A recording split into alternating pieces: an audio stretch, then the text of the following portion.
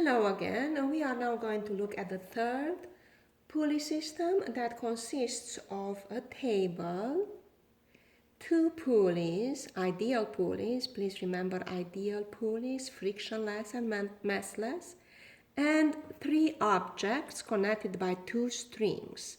So we have M1 and M2 connected by this string. M2 is in contact with this rough table. M1 is hanging on the side of the table, not touching the table. And then we have M3 and M2 connected by this string over here.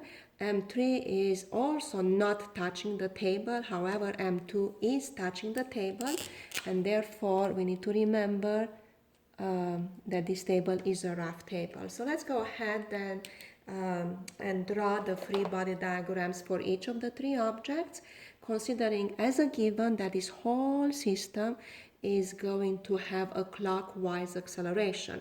This will dictate our magnitudes. So once we draw the forces, we are going to have to consider their magnitudes according to the given situation of clockwise acceleration.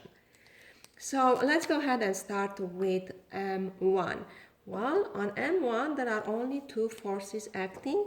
One of them is the force of gravity, vertically downwards. There we go.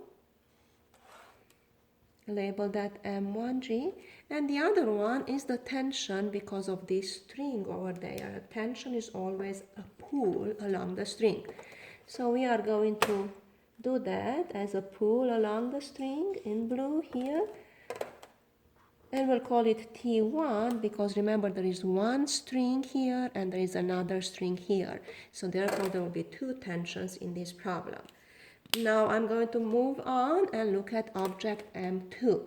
Well, M2 is in contact with this table, so therefore we are going to have to consider, after we put down the force of gravity, M2G vertically downwards, we have to remember that there is a normal force that is perpendicular to the surface. So the normal force is going to be vertically upward, starting from the center of gravity. There we go, label it little n.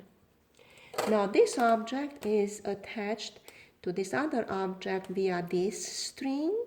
This, the same M2, this object is attached to M3 via another string. So there will be two tensions pulling on this object, one to the right, one to the left.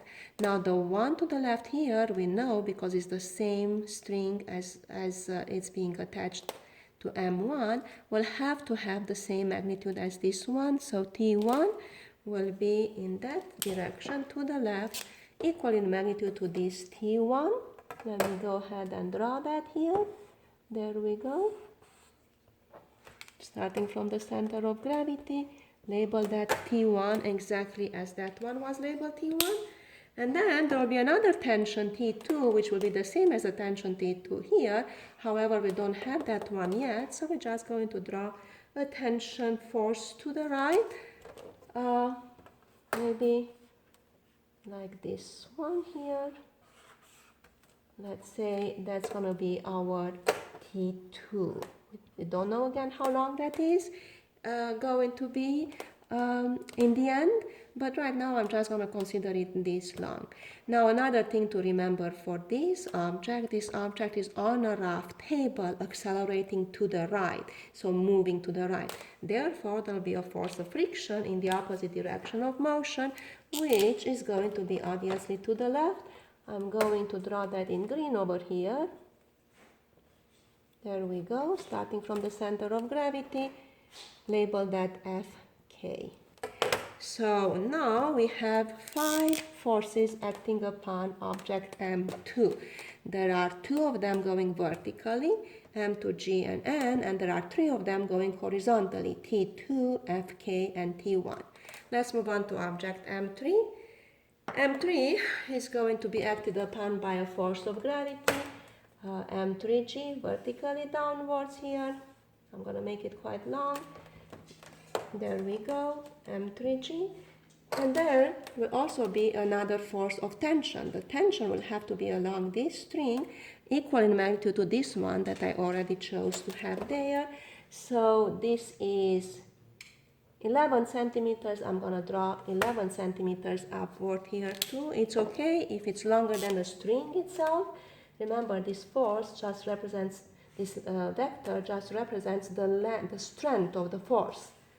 So there we go, T2.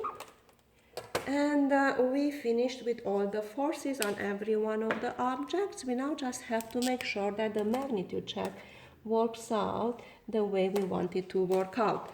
So I'm going to start with object M2. M2 accelerates horizontally to the right. So therefore the vertical forces must be balanced. Well, let's see, are they balanced?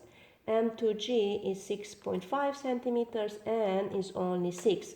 So what I'm going to do, I'm going to shorten a little bit M2G to make sure that it's only 6 centimeters long rather than the 6.5 I had initially. There we go. So now M2G and N are balanced. I'm good with those forces.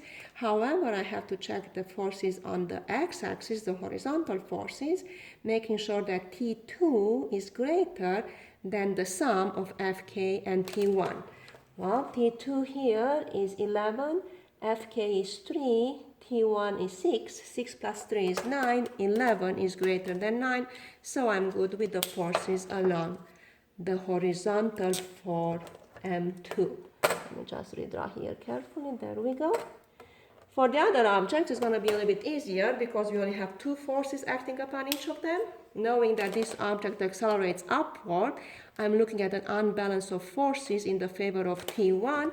Well, T1, we just measured it here to be 6, therefore here it should be 6 as well, which is really not. So I'm going to make it just a little bit longer to match this 6 centimeter length there. There we go. It was about 1 centimeter shorter. There we go.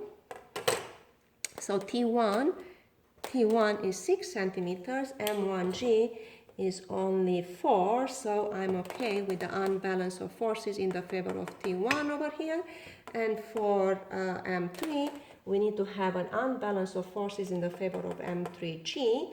M3G, I drew it quite long to begin with, 16 centimeters, and T2 is only 10 centimeters, actually 11 centimeters. 16 is greater than 11, which is good, so M3 will accelerate downwards.